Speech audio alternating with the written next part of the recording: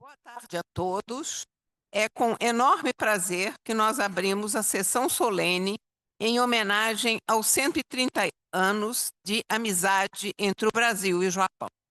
Acho que esse tipo de sessão é muito interessante, principalmente na época de hoje, que nós estamos tendo uma enorme dificuldade entre os povos, com guerras em vários lugares, infelizmente, no nosso planeta.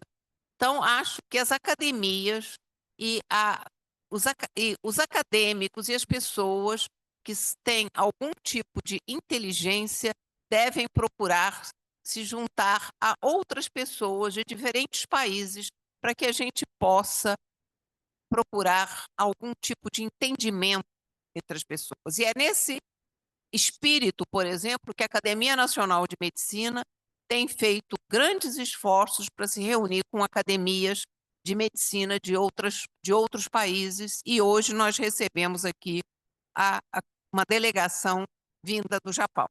Então, eu vou imediatamente chamar à mesa o acadêmico Maurício Magalhães, que já está aqui, o jovem líder Leandro Iwamoto, por favor, e também o cônsul do Japão, o senhor Takashi Manabe, por favor.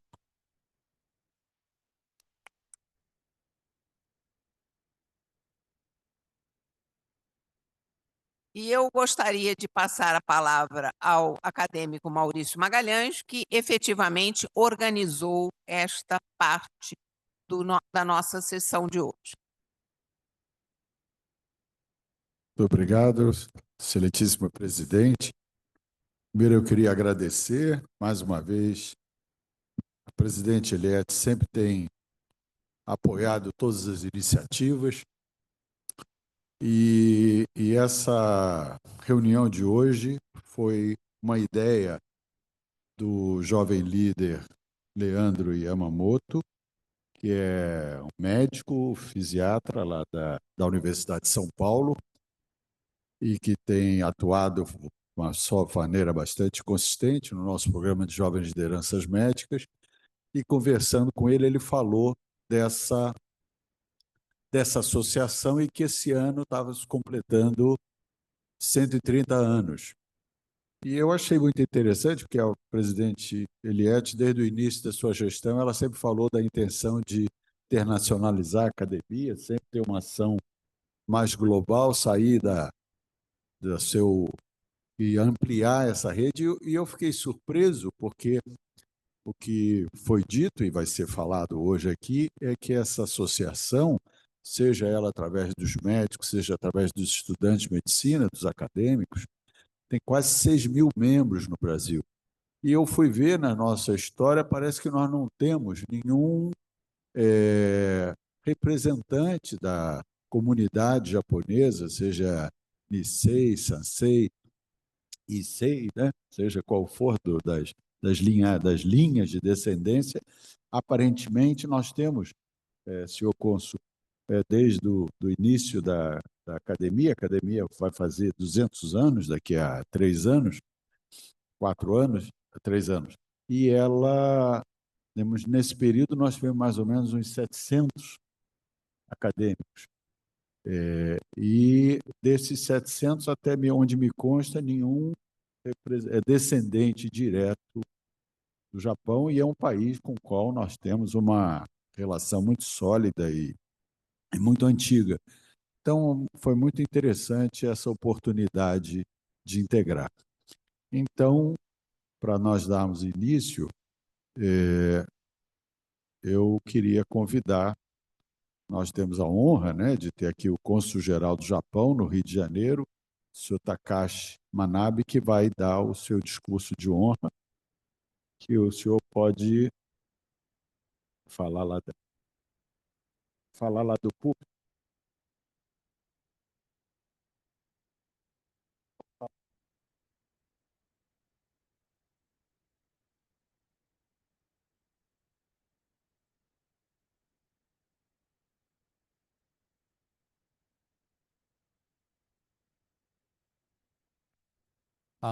Boa tarde, membros da mesa e todos.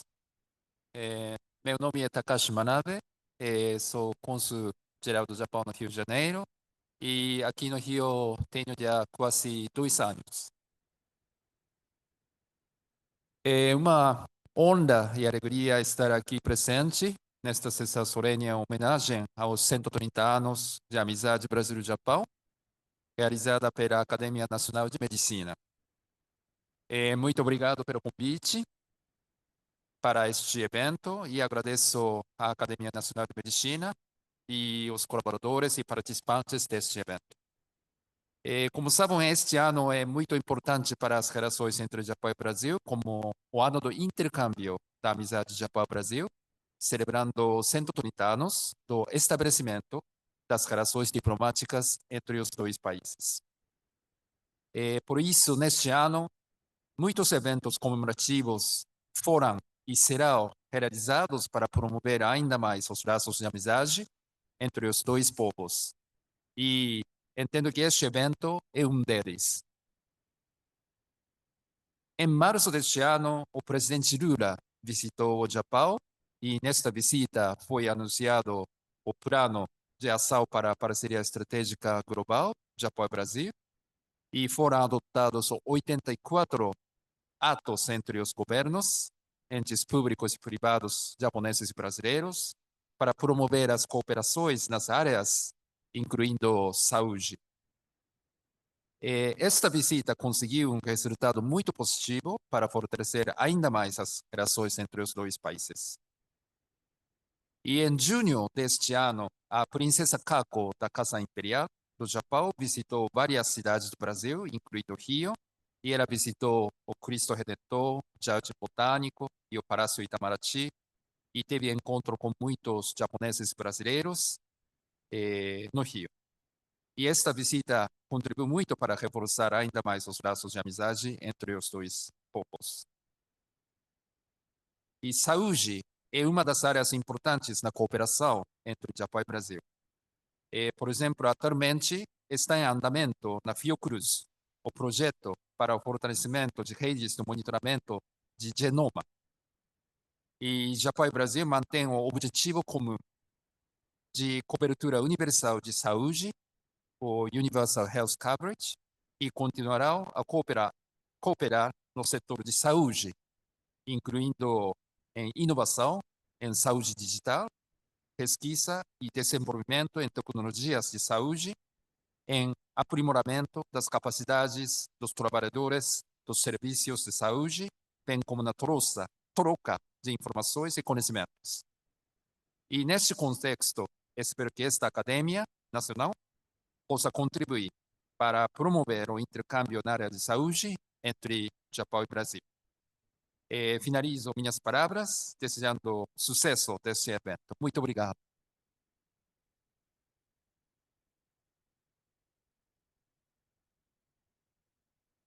Muito obrigado ao senhor Takashi Manabe, cônsul-geral do Japão no Rio de Janeiro, pelas suas palavras tão gentis. E então, dando continuidade, eu vou convidar o Dr. Flávio Takeda, que é da Associação Médica Nikkei, que é cirurgião geral.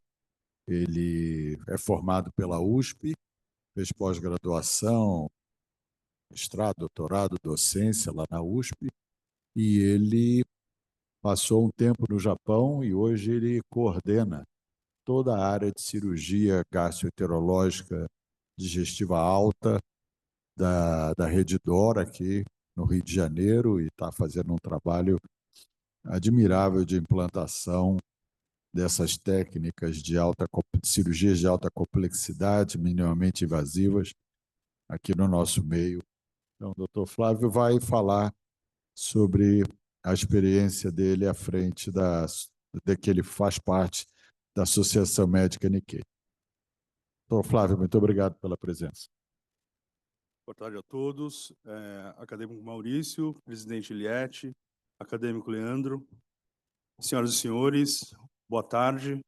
Inicialmente, gostaria de agradecer a oportunidade de representar a Associação Médica Nikkei. E para quem não sabe, o termo Nikkei são os descendentes de japonês, no Brasil, representando, em nome do Dr. Richard Hida, o nosso atual presidente da Associação Médica Nikkei, e agradeço a oportunidade de estar nesta casa, nessa honrosa casa, representando também os Nikkeis, não só médicos, mas também de todo o Brasil. E o objetivo hoje é trazer um pouco discutir com os senhores um pouco a experiência e os desafios da atuação médica junto à comunidade Nikkei, né? Preciso dizer que essa apresentação, talvez, de todas as apresentações feitas, talvez tenha um cunho um pouco diferente, uma vez que tem um olhar um pouco de depoimento versus experiência adquirida ao longo desses anos de vida acadêmica. Todos nós, descendentes japoneses, começamos a nossa jornada em 1908, com a imigração dos nossos familiares para o Brasil, fugindo da guerra, e grande parte deles iniciaram seus trabalhos duros nas lavouras, na agricultura, né? Então, como todo imigrante, passaram fome, trabalharam duro, e com a minha família não foi diferente. Eu sou neto de japonês, a família Takeda, do meu pai, veio de Tóquio, a família da minha mãe, de Funayama, veio de Osaka, um outro polo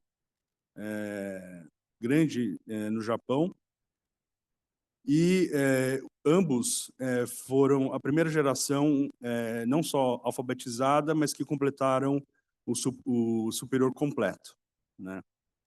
E a minha mãe fez farmácia bioquímica na Faculdade de Medicina da Universidade na Faculdade de Farmácia em Ribeirão Preto, na USP Ribeirão, e meu pai, cirurgião cardíaco, também formado na Faculdade de Medicina de Ribeirão Preto. Ambos vieram, depois de casados, vieram para São Paulo, e aqui, depois de passar na Faculdade de Medicina da Universidade de São Paulo, no fatídico ano em que um trágico acidente no trote marcou a nossa jornada, comecei os meus estudos na Faculdade de Medicina, e onde lá fiquei, fiz minha residência médica em cirurgia geral, cirurgia do aparelho digestivo. Logo depois que terminei esses estudos, fui ao Japão fazer um fellowship, onde eu vou comentar mais para frente a minha experiência. Retornei do Japão, fiz meu doutorado e minha livre-docência na mesma instituição. Portanto, grande parte desse academicismo, com certeza, é muito estimulado pela minha família.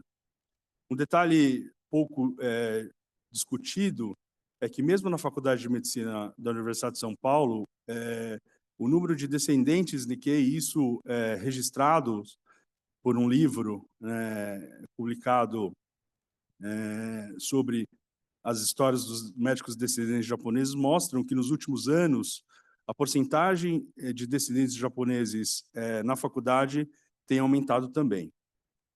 Mas, com certeza absoluta, o grande marco da minha vida foi o meu fellowship no Japão, em que eu pude realmente tentar resgatar um pouco da minha cultura, que, preciso lhe dizer que, inicialmente, eu achava que era 80% japonês e 20% brasileiro, e, no final das contas, eu voltei do Japão com a certeza inversa, que eu era 80% brasileiro e 20% japonês. E eu vou dizer para os senhores o porquê depois.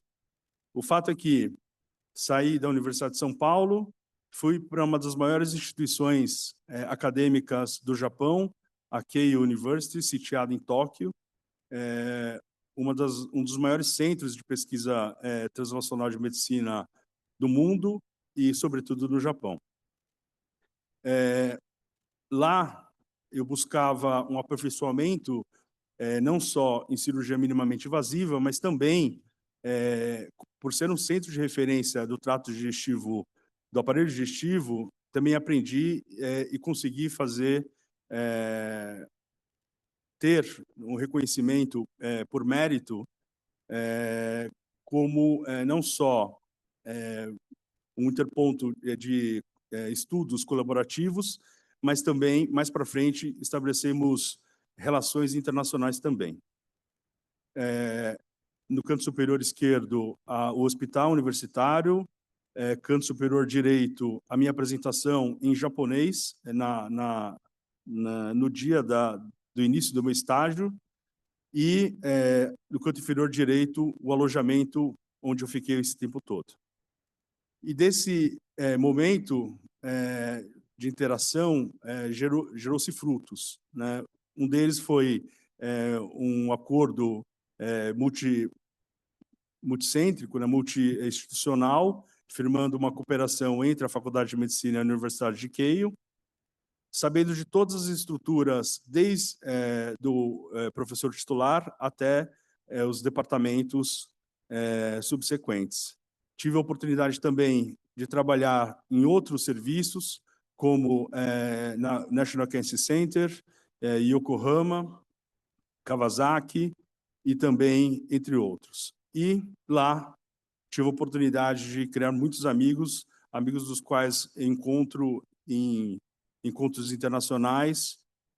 Sou convidado ativamente para palestras no Japão, no Oriente, e isso se mantém até hoje. O fato é que essa experiência me trouxe um contato diferenciado com a medicina, não só do ponto de vista médico, cultural, mas também, sendo descendente de japonês, alguns fatos me chamaram a atenção. Primeiro, a relação médico-paciente no Japão, culturalmente, é totalmente distinta daqui do Brasil, em que o paciente no Japão habitualmente tem uma cultura de não muita interação, quer dizer, de uma obediência praticamente irrestrita às ordens médicas, sem quaisquer tipos de questionamento. Do ponto de vista prático, isso demonstra para mim um pouco em relação à cultura japonesa de não se opor, ou não negar, ou não questionar, sobretudo ao médico, mas também outros fatores me chamaram a atenção, como a relação muito grande da comunidade médica que tem, entre outras, da multidisciplinaridade, de que cada centro no Japão, mesmo que supostamente pequeno, são muito espalhados ao longo do Japão. Então, existem diversos microcentros de ensino, pesquisa e assistência no Japão, num lugar que você acha que é um hospital pequeno, lá talvez seja o maior centro de endoscopia do Japão, regional, enfim. Então, o senso de organização, o senso de cultura e de funcionamento, ele é muito grande.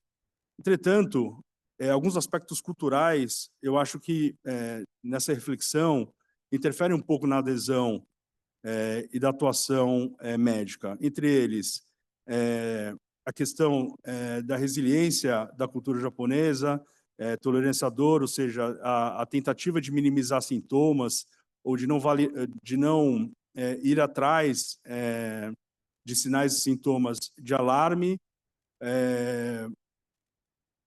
Do ponto de vista prático, a tentativa 100% de controle emocional para tentar evitar qualquer tipo de fragilidade, um senso de responsabilidade muito grande, que beira, na verdade, muitas vezes a vergonha, ou seja, ele não quer questionar porque ele não quer incomodar o médico ou não quer incomodar outra pessoa, né?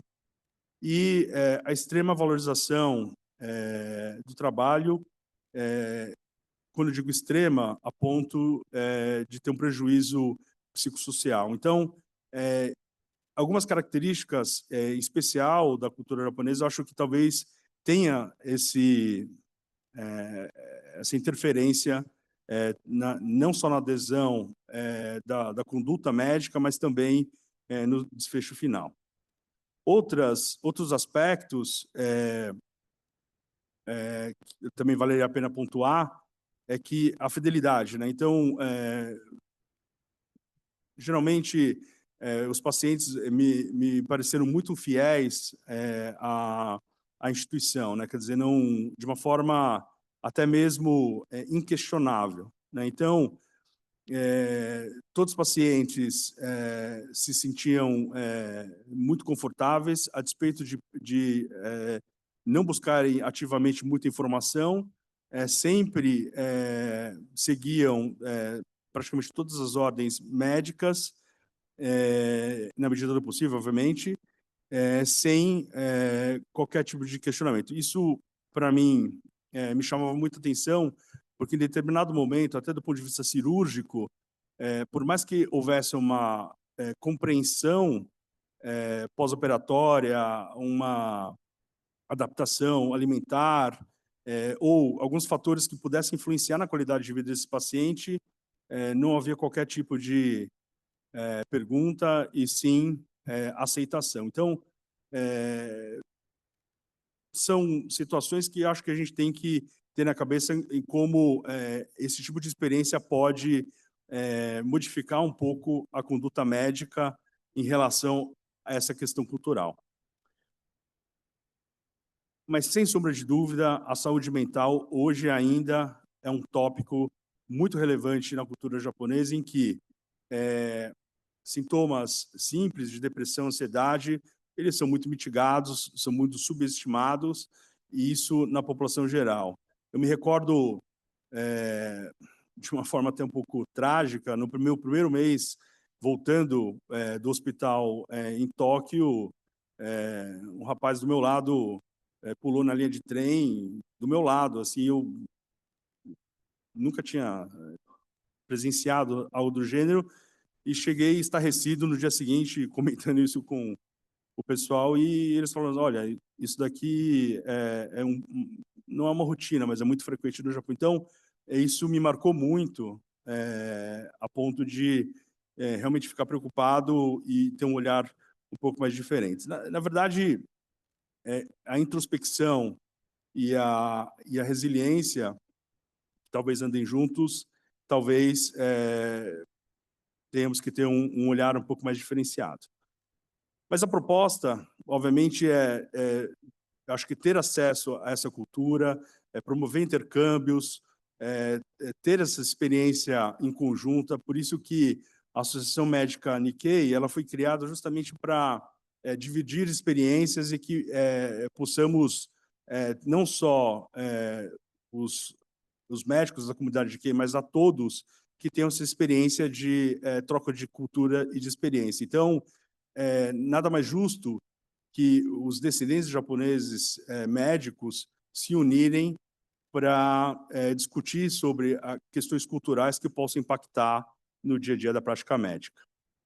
Como considerações finais, sem sombra de dúvida, os aspectos culturais impactam muito na atuação médica, porque se você não compreende a cultura e você não tenta entender um pouco sobre o olhar cultural das pessoas, fica muito difícil você se conectar. E essa conexão, como todos nós sabemos, ela é fundamental para a melhor prática médica que a gente possa ofertar. A criação de associações médicas, com certeza, potencializa a eficiência e eficácia da atuação médica, porque une as pessoas para o meio comum, que é melhorar os resultados desse atendimento. E, por fim, eu acho que o intercâmbio acadêmico, na minha vida, foi muito importante. Eu acho que é o tipo de promoção que todos saem ganhando. Eu tive a felicidade de conhecer minha esposa no Japão, então eu não tenho nada contra dizer e muito a agradecer por conta dos intercâmbios. Novamente, gostaria de agradecer a oportunidade. Boa tarde.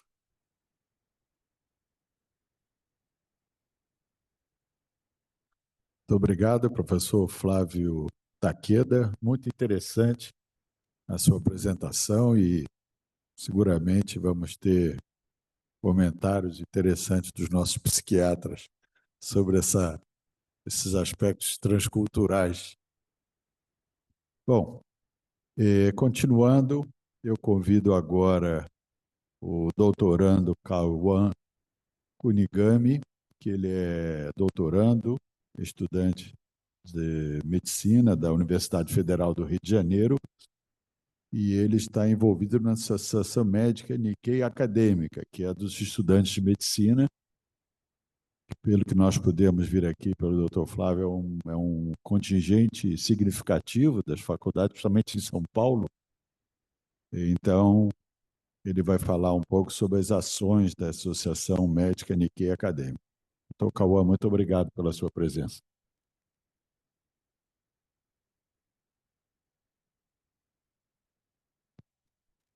Boa tarde a todos. Inicialmente, eu gostaria de cumprimentar a presidente Eliette Bosquelat, o doutor Flávio Amoto, o cônsul, senhor Takashi Manabe, o doutor Maurício Magalhães e o doutor Flávio Takeda. Meu nome é Kawan Kunigami, eu sou aluno do 4º período de Medicina na UFRJ e sou membro da AMNA. É um prazer enorme poder estar representando a AMNA aqui na Academia Nacional de Medicina, na qual já tive a oportunidade de vir aqui prestigiar. E agradeço em nome da AMNA por esse convite incrível.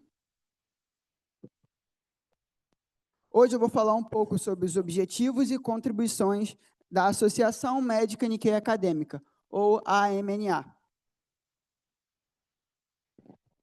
A AMNA é uma instituição que reúne graduandos de medicina de todo o país, que são descendentes de imigrantes japoneses ou que possuem apreço pela cultura japonesa. A AMNA é filiada à Associação Médica Nikkei e ela foi fundada em 2018 em São Paulo, e desde então tem se desenvolvido e ganhado espaço em outros estados e instituições. O nosso principal objetivo é disseminar a cultura japonesa e promover a integração entre estudantes de medicina que admiram os mesmos valores e interesses, além do desenvolvimento pessoal e profissional desses estudantes. Bem, aprofundando um pouco mais nos propósitos da AMNA, nós temos a formação de uma rede de membros que cooperam em prol desse desenvolvimento mútuo, elaborando e participando de eventos culturais, científicos e de integração, visando o aprofundamento acadêmico-científico, o aprofundamento cultural, o desenvolvimento de líderes e o networking entre os membros, ex-membros e médicos. E como essa rede se encontra em 2025? Atualmente, a AMNA conta com 50 membros ativos e a gestão da AMNA ela é anual, então há uma rotação entre os membros. E esses membros são oriundos de 8 estados diferentes e estão presentes nas mais importantes faculdades de medicina do país, como a FRJ, a USP, a UFMG, o Einstein, a URGS, a Santa Casa e a Faculdade de Medicina de Jundiaí, e entre outras. E como essa rede opera? Essa rede de membros ela é dividida em 5 departamentos: o cultural, o científico, o congresso, o de extensão e o de marketing.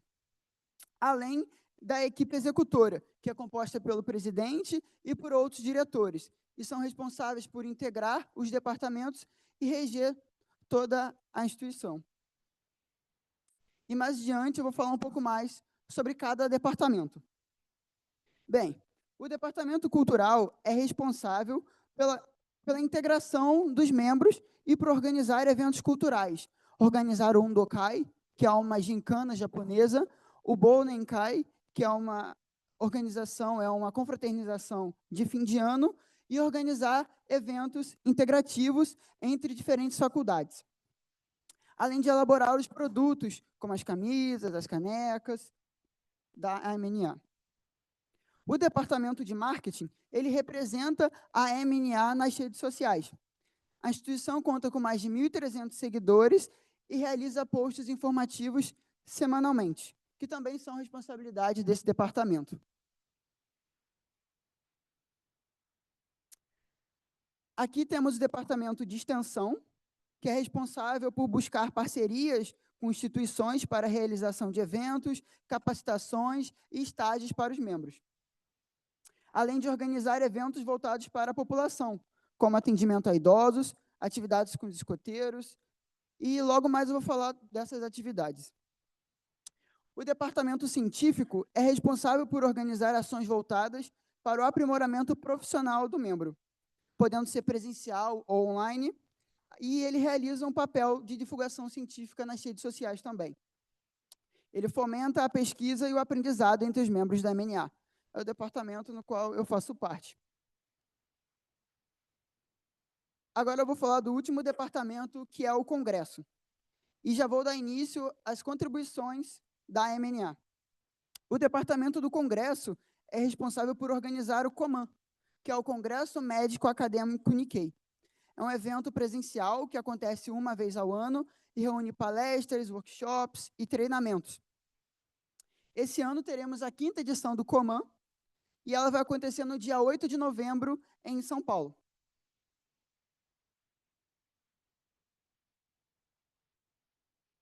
Entrando de vez agora nas contribuições, eu vou falar um pouco mais do trabalho de extensão da MNA, que envolve serviços voltados para a população, como o ambulatório social, a participação no projeto CUA, ações de conscientização, como o Março Roxo sobre a epilepsia, e outras ações com os escoteiros, como os do Grupo Hokkaido e Hongguandi.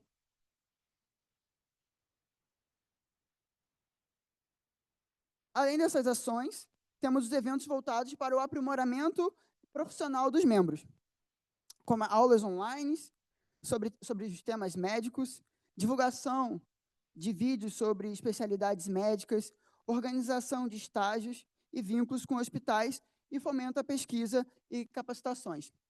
Recentemente, tivemos uma aula sobre cirurgia fetal para os membros. Além dessas ações, nós temos eventos voltados para o aprimoramento...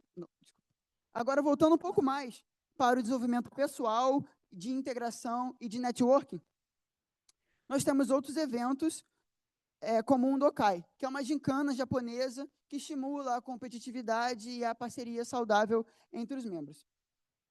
E o Bonenkai, que é uma festa de fim de ano, e ela marca o fim da gestão e serve para a construção de networking, estreitar laços de amizade e fazer planos para o futuro. Além disso, são feitos outros eventos de integração.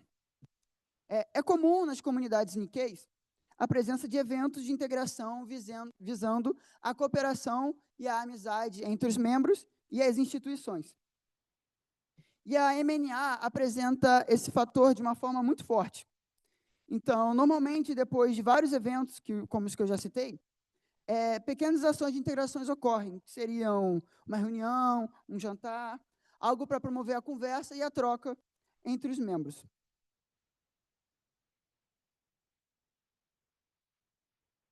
Para finalizar, eu gostaria de apresentar um conceito muito interessante, que está bem relacionado com a MNA, que seria o conceito de Ikigai. Ikigai significa a razão de viver, o motivo que você acorda todos os dias, a sua motivação. E envolve encontrar algo que você ama, algo que você é bom, que o mundo precisa e que você pode ser recompensado por isso. E, a partir desses elementos, você encontra o seu Ikigai, que é a sua razão. E a MNA, ela faz parte do Ikigai de muitos acadêmicos de medicina. Ela envolve o amor pela cultura japonesa e pela medicina, a vocação médica, a necessidade do cuidado e o aprimoramento profissional. A MNA faz parte do nosso propósito e do nosso Ikigai. Muito obrigado pela atenção de todos.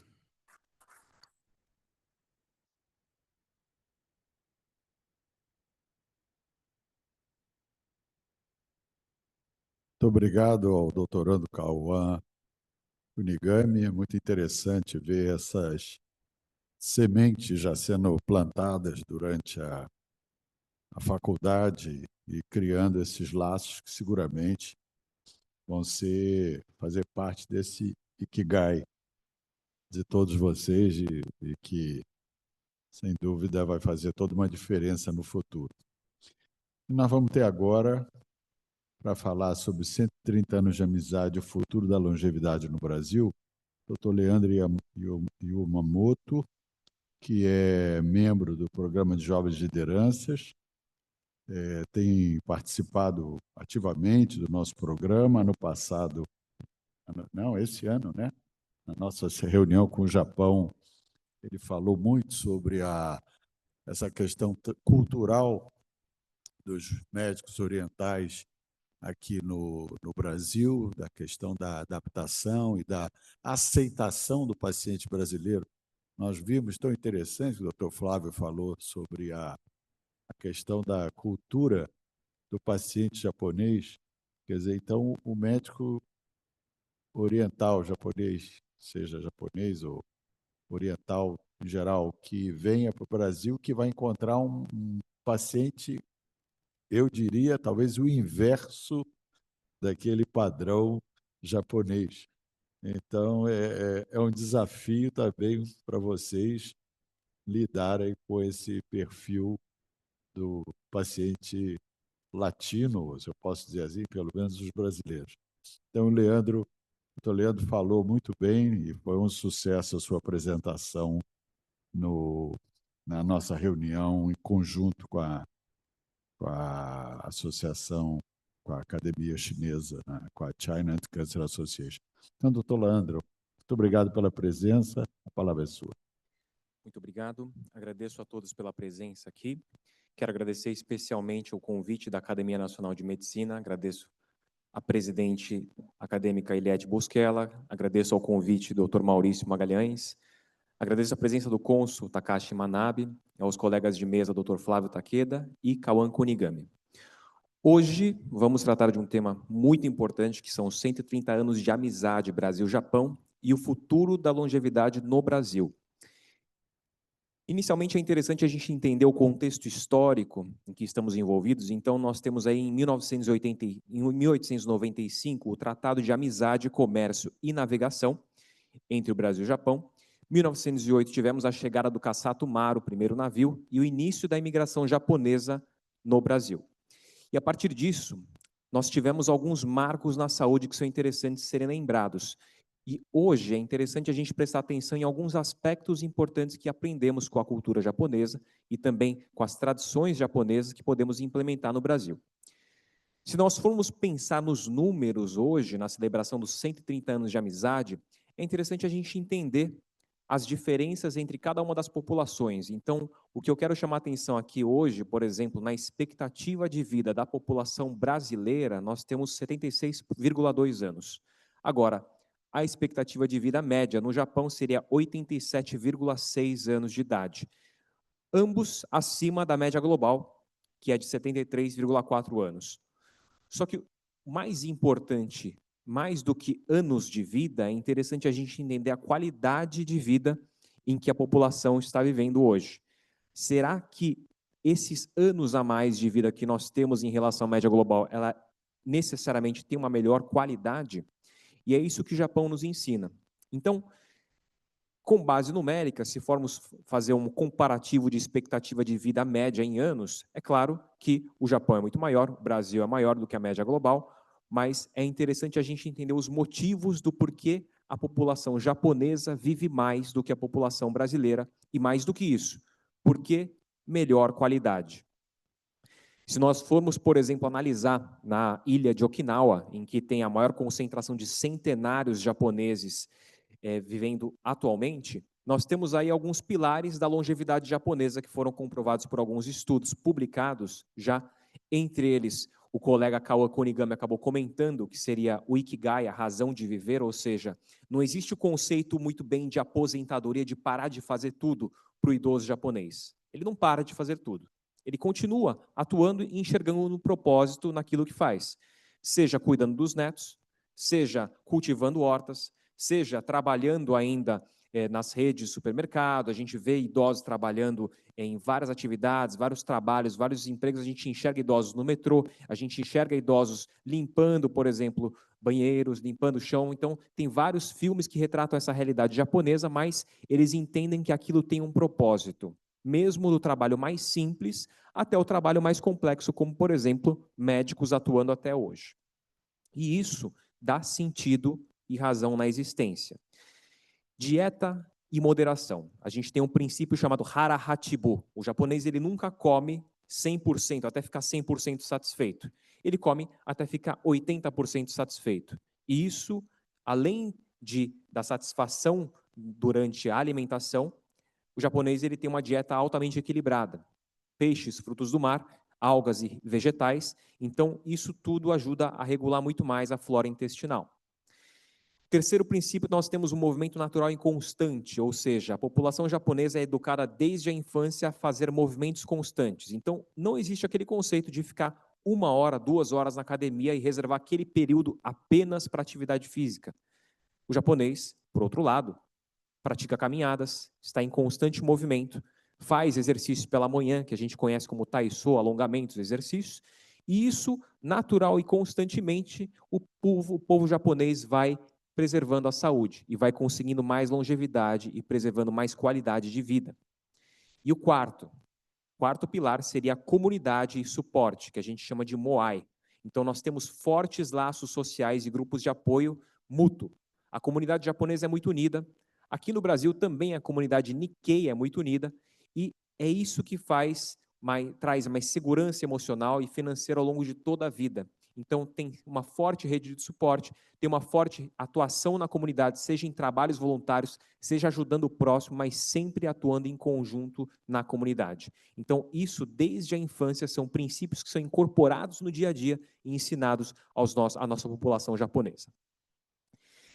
E aí, o desafio brasileiro seria viver mais, mas como que a gente consegue viver mais com qualidade? Então, primeiro de tudo, a gente tem um obstáculo muito importante da dieta. Se a gente for comparar a quantidade de calorias consumidas, né, no Japão, na população japonesa, na população brasileira, a gente observa que a população brasileira consome uma alta quantidade de calorias por dia, desnecessariamente. Aquele princípio de satisfazer 100%, ir num restaurante e comer até ficar 100% satisfeito. Esse conceito, na comunidade japonesa, não existe. Então, a gente tem aí uma melhora na qualidade da alimentação e uma melhora na qualidade, consequentemente, do sono depois. O ritmo de envelhecimento da população japonesa é muito maior que o ritmo de envelhecimento da população brasileira, mas o Brasil já começou a dar sinais de envelhecimento da população. Agora, para ter mais qualidade, a gente tem que adaptar alguns princípios. E aí, alguns estudos tentaram predizer quais são os principais princípios japoneses que promovem a longevidade, e aí nós temos 3 deles elencados como o Ikigai, que é o propósito de vida, o Ashoku, que seria a dieta, peixe, arroz, vegetais, algas e o foco na moderação, e, em terceiro lugar, o senso de comunidade, o Moai, que são grupos de apoio social estruturados para a vida inteira. Agora, como que a gente vai adaptar isso para a população brasileira? É claro que nós não vamos mudar a dieta do dia para a noite. Em vez de comer o arroz e feijão, a gente não vai parar de comer o arroz e feijão para comer arroz com peixe e algas. Claro que não. Mas a gente pode tentar adaptar alguns princípios japoneses para a nossa vida. E um princípio, por exemplo, seria o propósito brasileiro de focar na família, nos amigos, na comunidade, nos centros, dias de idosos e a alegria de viver. Comida de verdade. Então, começar a recusar os ultraprocessados e focar mais no arroz, no feijão, nas frutas, nas verduras que o Brasil produz. Então, resgatar essa culinária caseira e evitar os ultraprocessados. Rede de apoio, nossa força nos laços familiares e na rede de amigos e o fortalecimento, principalmente das comunidades. Nós temos aí centros de dias de idosos, centros de atividades para justamente promover essa atividade que a comunidade Nikkei constantemente promove nos encontros mensais e anuais entre a comunidade Nikkei. Então, são algumas lições que a gente pode promover aqui na comunidade brasileira para adaptar esses princípios brasileiros. Agora, se nós formos enxergar do ponto de vista médico, como que o conceito japonês, a população japonesa influenciou a população brasileira na parte médica? Nós tivemos aí, ao longo dos anos, o estabelecimento de clínicas integrativas, promovendo a medicina oriental, como a acupuntura, introdução de práticas como a fitoterapia e medicina preventiva, tudo isso potencializado por meio da criação de associações e centros de estudos, por exemplo, na Universidade de São Paulo, que nós temos aí um centro de estudo. Agora, se nós formos explorar um pouco mais como a comunidade japonesa, como a população médica japonesa influenciou a população médica brasileira, nós temos os intercâmbios realizados. Então, o Dr. Flávio comentou do intercâmbio com a Keio University. Aqui é uma imagem que eu tive contato com a Fujita Health University em 2019. Então, projetos de pós-graduação entre as universidades, publicações conjuntas em revistas internacionais e programas de intercâmbio de residentes podem favorecer mais esse laço Brasil-Japão na parte médica. Em especial, eu tive em 2019 para fazer uma pós-graduação lá no Japão e em 2022 eu fui novamente ao Japão, dessa vez para receber um prêmio lá em Tóquio, que foi o prêmio TOIP, isso enquanto eu estava como presidente da JCI Brasil-Japão, que é uma ONG que atua em todo o mundo, mas muito mais forte no Japão. E lá eu pude conhecer muito mais da cultura japonesa e tentar trazer parte dessa cultura japonesa para a cidade de São Paulo, para a realidade brasileira. E uma das atividades que nós trouxemos foi aqui o Dia Mundial da Limpeza. Então, nós promovemos o Dia Mundial da Limpeza no bairro da Liberdade. Nós trouxemos valores japoneses de disciplina, prevenção e longevidade para estimular a população local a limpar o próprio bairro, a limpar a própria sujeira, algo tão simples que pode mudar uma realidade. Um ato tão simples que pode prevenir doenças, por exemplo. E isso traz impacto na saúde da população brasileira, melhora índices de qualidade de vida e traz aprendizados principalmente para o SUS e para as práticas comunitárias.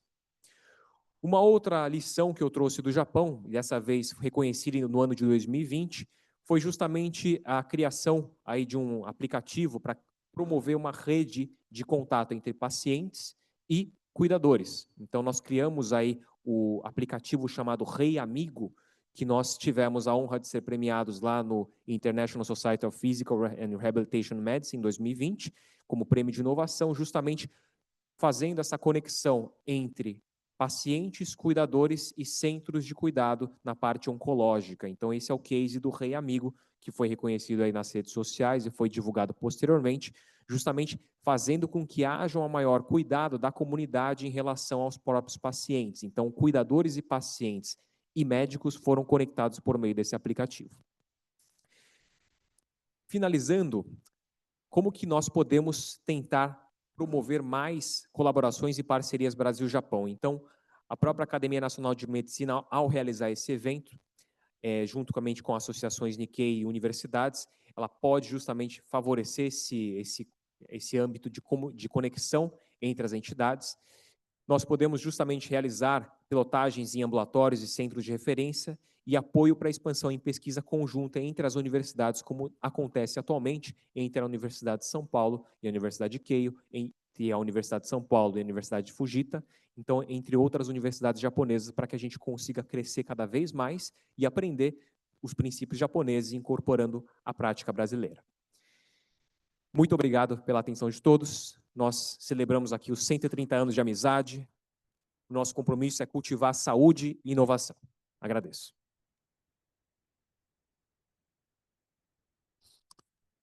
Muito obrigado, doutor Leandro.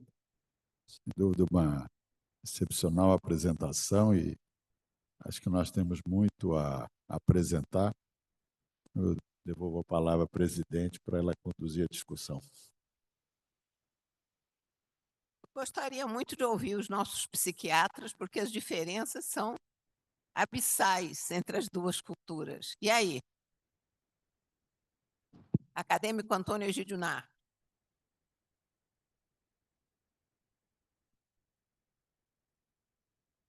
Excelentíssima presidente, Eliette Pusquelar, senhor cônsul-geral do Japão, prazer tê-lo aqui.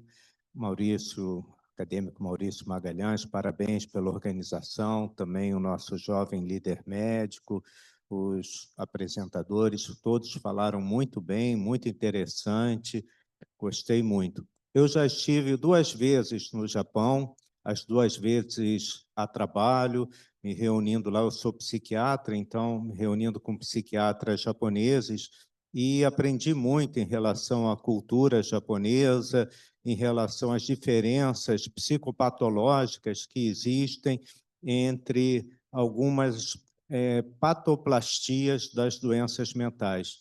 A que mais me chamou a atenção foi a fobia social. Eu, na época, estudava muito fobia social. Fobia social foi o tema da minha dissertação de mestrado. E no mundo ocidental, o fóbico social é aquela pessoa que tem uma timidez patológica, uma dificuldade muito grande de se expor, por exemplo, falar para um público ou de outras situações simples, como ir a uma reunião e apresentar uma ideia, ou estar presente em uma festa onde não conhece ninguém, situações que a pessoa que não tem fobia social às vezes não imagina, mas são situações simples onde a pessoa é examinada.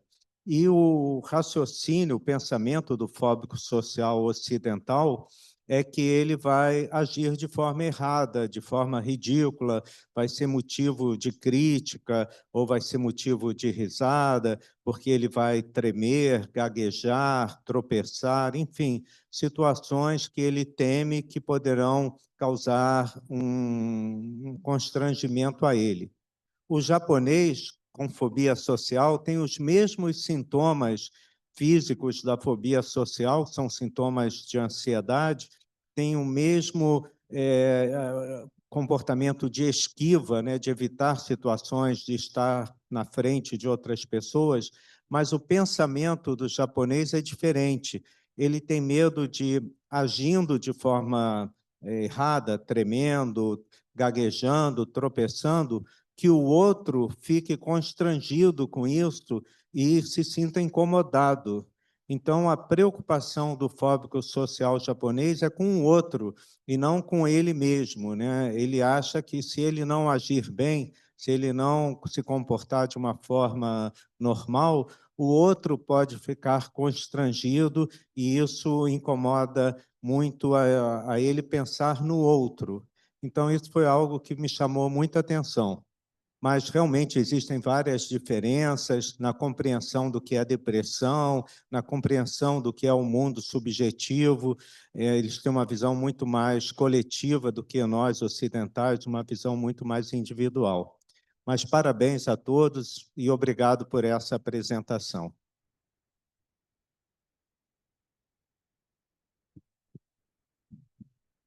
Bom, Acadêmico então, Flávio Kapczynski. cumprimentando o cônsul do Japão, nossa presidente Eliette Busquelar e o acadêmico Maurício Magalhães, coordenador dessa sessão, cumprimento a todos. E minhas observações são no sentido de convivência com colegas do Japão. A primeira vez ocorreu num pós-doc que eu realizei no Canadá, e tínhamos que lidar com o processamento de imagens cerebrais, e estávamos lá lidando, né, com questões bem diferentes da medicina, era o uso de cálculo integral para o entendimento das imagens. E me surpreendeu, haviam 2 japoneses e foram os primeiros que me deram as boas-vindas, né? Realizamos um grupo de estudo de cálculo. Quem imaginaria que indo estudar psiquiatria eu ia acabar estudando cálculo, mas encontrei a solidariedade e a amizade desses colegas que me ajudaram a avançar de maneira muito generosa, se colocando no mesmo nível do que eu, quando que eles sabiam bem mais sobre o assunto. Na medida que minha carreira evoluiu, um novo contato com o professor Kato, Tadafumi Kato, um pioneiro na área que eu estudo, que é o transtorno bipolar, justamente na área da medicina translacional, como já foi mencionado aqui. Então, foi um dos precursores para que se buscasse a causa do transtorno, né? No caso dele, a hipótese era uma disfunção mitocondrial, e visitando seu centro, eu pude ver a maneira fluida que existe essa transição entre a bancada do laboratório e o atendimento clínico, né, para o crescimento acadêmico. Um outro ponto que eu destacaria é realmente a profundidade, né, a concentração e profundidade e nível de especialização que a gente verificou que os colegas conseguem atingir, essencialmente dedicando-se por muitos anos a uma parte, às vezes, pequena do conhecimento, mas ali, na profundidade, muitas vezes são feitas as grandes descobertas. Então, essas são as minhas observações, né, que eu tive ao longo da minha carreira, tive esse privilégio, e são validadas pela apresentação dos nossos colegas aqui hoje. Eu comentava com o acadêmico Zin que foram poucos os japoneses que vieram. Tenho certeza que o nosso Brasil sairia mais enriquecido e melhor se tivéssemos mais japoneses aqui no nosso meio e, obviamente, descendentes de japoneses. Somos muito gratos a toda a contribuição que o Japão deu à cultura brasileira e para nós na medicina, para o nosso ofício médico.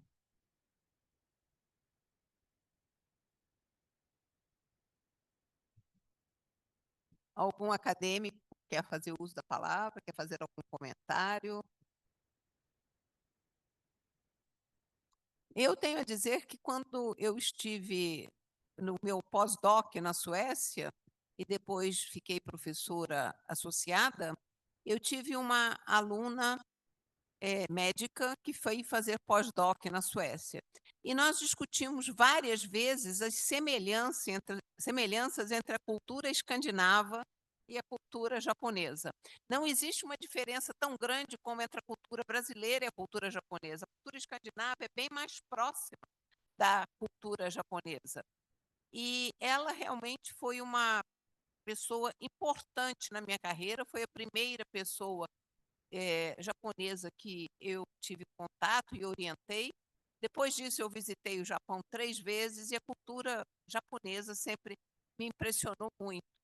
Eu gostaria de saber se os senhores querem fazer alguma observação, querem comentar alguma coisa.